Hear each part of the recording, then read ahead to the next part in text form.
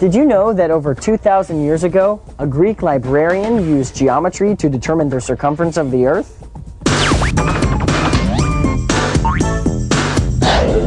How did Aristophanes find the circumference of the Earth? What are the angle relationships between parallel lines and a transversal?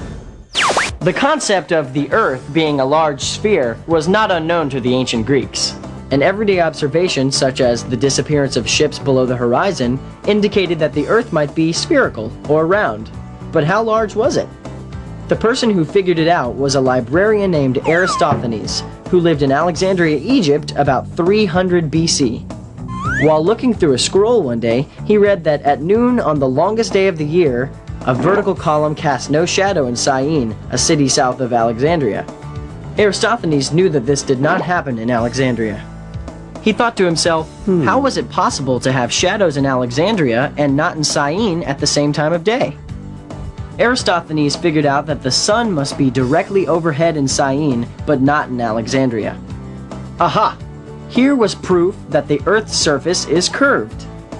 Using a little geometry, Aristophanes set out to determine the circumference of the Earth and find out just how big it is. Just like our pizza example, if our friend Aristophanes could determine the central angle at the center of the Earth and the length of the edge or arc, then he could figure out the circumference of the Earth. Now, finding the length of the edge or arc was fairly simple math. Aristophanes asked a friend to walk from Alexandria to Syene to measure the distance between the two cities. His friend estimated the distance to be around 800 kilometers, or about 500 miles. Finding the central angle, however, would take some geometry. First, Aristophanes assumed, correctly I might add, that the sun's rays are parallel, since the sun is so far away. Check this out.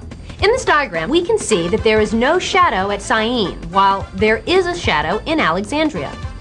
The line that is formed by the gnomon, or vertical column at Alexandria, and the center of the Earth, cuts or intersects the two parallel lines formed from the sun's rays. A line that intersects two parallel lines is called a transversal.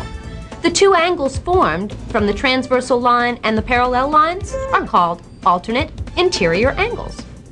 And, according to geometric rule, they're equal. Let's prove it. Take a piece of paper of any width and draw a diagonal line on it. Label the angles A and B just like this. Now, cut the paper along the diagonal so you have two triangles.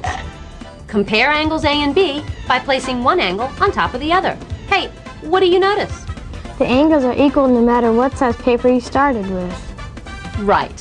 When two parallel lines are intersected by a transversal, the alternate interior angles are equal. Aristophanes was quite a geometer. From his measurements, Aristophanes calculated the sun's rays made an angle of 7.5 degrees at Alexandria. Now, since this angle was formed by two parallel lines and a transversal, the central angle of the Earth must also be 7.5 degrees.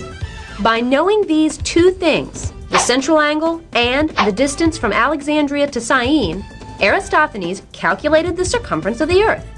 360 degrees divided by 7.5 degrees equals 48 slices of the Earth. Are you still with me?